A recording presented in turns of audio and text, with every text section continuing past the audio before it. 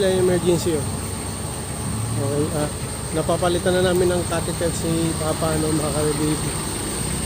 Yun nga, malaki kasi yung prostate niya wala ng operation kay Papa, kaso hindi kakayanin ni Papa yung operation kasi kailangan niya muna magpataba, payat kasi si Papa So ang option namin o choice namin, papalitan na lang si Papa every 2 weeks ng catheter. Please subscribe nyo ako sa iba ko pang YouTube channel. Please follow nyo ako sa iba ko pang social media account ko, lalo na sa TikTok ko. Oh yeah, dadali natin si Papa sa emergency ulit.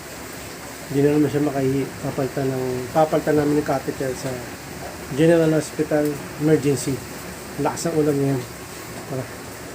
Ito nga lang mga kalbil, dadalhin natin si Papa ulit ngayon sa emergency sa General Hospital. Kasi nga, hindi na naman makahihi si Papa. Umuulan niya yun.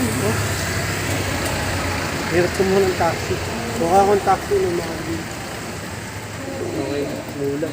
Nadali namin si Papa ngayon sa emergency, papalitan ng catheter. Masakit yung tiyan ni Papa Masakit yung tiyan kasi hindi siya makahihi. Nadali sa emergency. Papalit catheter. Hindi na naiihi. Papalitan na natin ng catheter si Papa. Ngayon si Papa. Papalitan na natin ng catheter. Hindi na naman kasi makaihi siya. Bila ito kasi napapalitan na namin ng catheter si Papa. Yun, nakaihi na siya. Thank you Lord. Aawa ko kay Papa kasi sa tuwing pinapalitan siya ng catheter, nilalagay yung hose sa niya, sakit. Hindi mo kasi siya pwedeng operahan kasi hindi niya kaya yung operahan.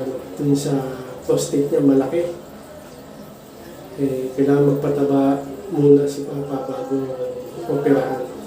Payat kasi si Papa Kaya no choice, hindi papalit na lang ng catheter every 2 weeks. Pero hindi pa 2 weeks kami ng last Halos 1 week pa lang.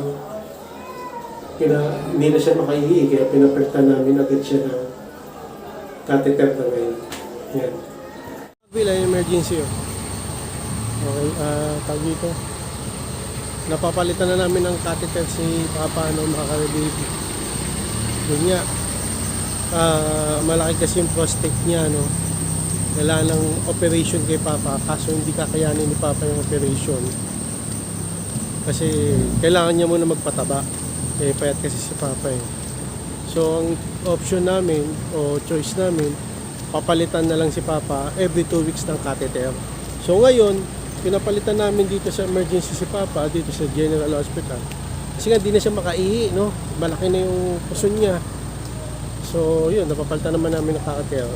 Nga lang, pag nagpapalit ng catheter, masakit. Naawa ko kay Papa, Kaso hindi rin naman kaya ni Papa ng operasyon. Hindi niya kakayanin. Kaya no choice kami. Kundi magpapalit ng catheter every 2 weeks. Masakit siya, pero kailangan tiisin para makaihi si Papa. Tawag na akong taxi, Marvin. Uwi na kami. Taxi pala nakuha namin kanina. Ay hindi, kanina pala nung kumuha kami taxi papunta rito. Ang hirap kumuha. Lakas ng ulan. Pero dito walang ulan, Yung semento dito, walang basa. Hindi, may na lang mga kalbin. Kuha akong taxi. Palta ng catheter. Lugaw niyo kung yung backup. Ayun. Uwi na kami. Okay na pakiramdam nyo? Kaina, daming inihi Mga mga kalbin, bago ako mag-computer na vlog, yun nga, uwi na kami kagabi, Hindi ko nasabi kung ano oras kami nakauwi. 1 AM na kami nakauwi, kagabi. Medyo madaling araw na, Hindi medyo, madaling araw na talaga. 1 AM mag-umaga na yun. Pero okay lang, sulit naman na nakauwi kami ng ganong oras, kahit na ganong oras pala 1 AM. Napapalitan namin ng catheter si Papa. At yun, nakaihi na rin siya, Kasi yung, niya nga, yung puson, talagang puno na, Hindi siya makaihi. Kaya pagka hindi siya makaihi, si Papa, balisa. Yun. Pinapalitan namin ng catheter kagabi. Nabot niya kami ng 1 AM. Yun, napalitan ng catheter. Yun na, nakaihi na. Dami naihi. Halos sambag. Tapos, yun na, nakauwi na kami. Tapos, so yun nga, gaya ng sabi ko, ano siya eh, may prostate siyang malaki. 7 cm ata, ganun. Kailangan operation si Papa, operahan. Kaso hindi niya kakayanin yung operation kasi nga payat siya. Tsaka medyo 78 years old na si Papa, baka di niya kayanin. Tsaka yun nga, dapat magpataba si Papa. Kaya ang option namin, papalitan na lang ng catheter si Papa every 2 weeks. Pero nung kagabi, yun nga, gaya na sabi ko, halos 1 week pa lang lagpas, napapalitan na namin, pinapalitan na namin kasi nga hindi na makaihi si Papa. Pag di na makaihi si Papa, kailangan na namin talaga papalitan ng catheter kasi nga, di siya makaihi.